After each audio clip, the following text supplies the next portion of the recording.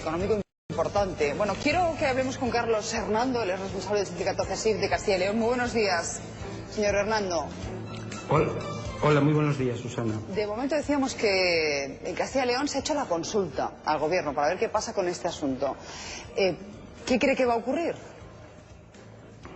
Bueno, realmente lo que se ha hecho ha sido una petición de la Junta de Castilla y León respaldada por los sindicatos mayoritarios con representación, y bueno, pues espero que el gobierno lo tenga en cuenta, y una vez que, como evidentemente ya se sale de la crisis y además el decreto 20-2012 era momentáneo, o sea, era durante un tiempo, ya estamos saliendo, espero que lo restablezca, que sea sensible con todos los empleados públicos, no solo los de Castilla y León, sino los de todo el Estado español, tenga consideración y ponga el decreto para que cada comunidad pueda restablecer para sus empleados públicos lo que ya teníamos, que eran las 25 horas semanales.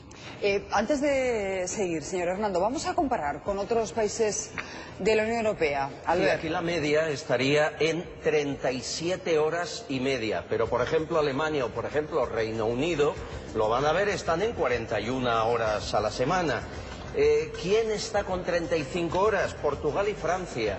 36 Italia o Bélgica o otros países como Países Bajos. En definitiva, aquí estamos en la media tirando para abajo, señores, y más cerca de franceses y portugueses quiere estar la comunidad del señor Hernando. ¿Qué te parece, Juan?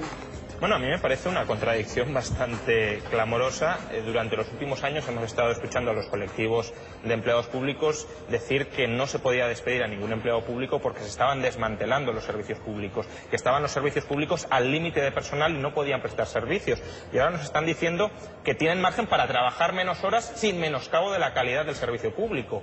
O si hay menoscabo en la calidad del servicio público en caso de que trabajen menos horas, ¿qué están proponiendo? Que se incorporen a más trabajadores en plantilla. ¿Y quién va a pagar ese sobrecoste de trabajadores en plantilla? Pues quien paga siempre esto, el contribuyente. Y está muy bien hablar de restablecer derechos de antes de la crisis, por ejemplo las 37 horas y media. Yo también quiero que me restablezcan mis derechos como contribuyente de antes de la crisis. Quiero pagar menos IVA y quiero pagar menos IRPF. Señor Hernando, preferiría que le respondiera usted.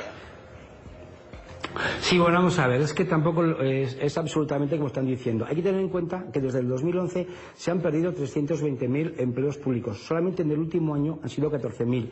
Hay un deterioro en la función pública muy importante. Entonces, lo que estamos pidiendo con las 25 horas, ¿qué puede suceder? Pues tenemos que restablecer todos esos empleos que se han perdido, porque la calidad del servicio público es fundamental. Y los empleados públicos somos los primeros que queremos que todo el administrado tenga el mejor servicio público que sea necesario. Y sin personal, lo siento mucho, perdone, piense lo que piense, no se puede dar un buen servicio de calidad. Simplemente fíjese en los hospitales, cómo están los pasillos. Simplemente un DNI, tardan más de un mes. ¿Por qué? Pues porque desde el 2011 hasta aquí se han perdido más de 320.000 empleos públicos. Pero entonces, ¿cómo defienden trabajar todavía menos horas? Es decir, si las administraciones públicas no dan abasto porque no tienen personal, si ustedes quieren trabajar menos horas, todavía darán menos abasto.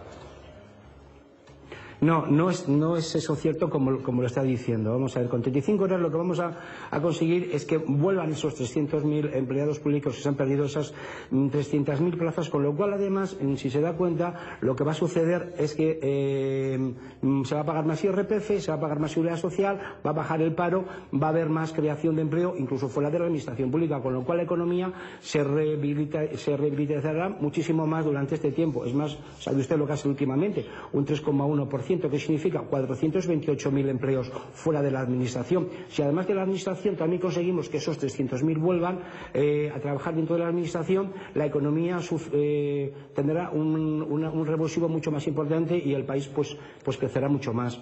Subiéndoles los impuestos a los trabajadores en el sector privado para pagar el salario de los empleados públicos, lo que sucede es que los trabajadores del sector privado tienen menos dinero para gastar, para ahorrar y para consumir a costa de que lo tengan los nuevos trabajadores. Vamos a ver, no solo eso. El Estado hay que verlo como una gran empresa. Es decir, es una empresa que tiene millones de trabajadores, pero es una empresa. Y da la casualidad de que a esa empresa Bruselas le marca el resultado que tiene que tener. Y el Estado español tiene un déficit enorme. y nos han pedido que hay que rebajar ese déficit. Y fruto de esa petición de Bruselas se ha producido esa salida de interinos, esa no renovación de jubilados por personal nuevo, etcétera. Entonces, lo que usted está proponiendo, cuando hay muchas dudas de que España cumpla el objetivo de déficit, y ya le digo yo que no lo va a cumplir, es que aumentemos el objetivo de déficit. Es decir, es como si una empresa en pérdidas, que antes hablábamos de los salarios, subiera los salarios. Es la mejor forma de cerrar la empresa. Entonces, vamos a dejar que responda el señor Hernando y te dejamos aquí, si le parece, el debate. Señor Hernando.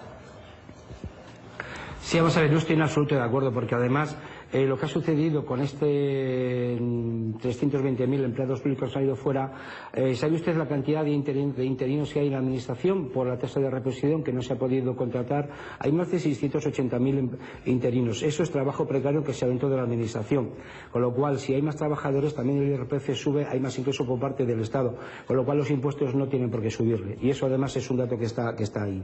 Pues estaremos muy pendientes de la respuesta que dé el Gobierno a esa petición que hacía el Gobierno de Castilla y León y que, bueno, pues posiblemente luego podría ser secundada por otras autonomías. Ha sido Andalucía la primera en aplicarla, veremos si luego son más. Gracias de verdad, señor Hernando.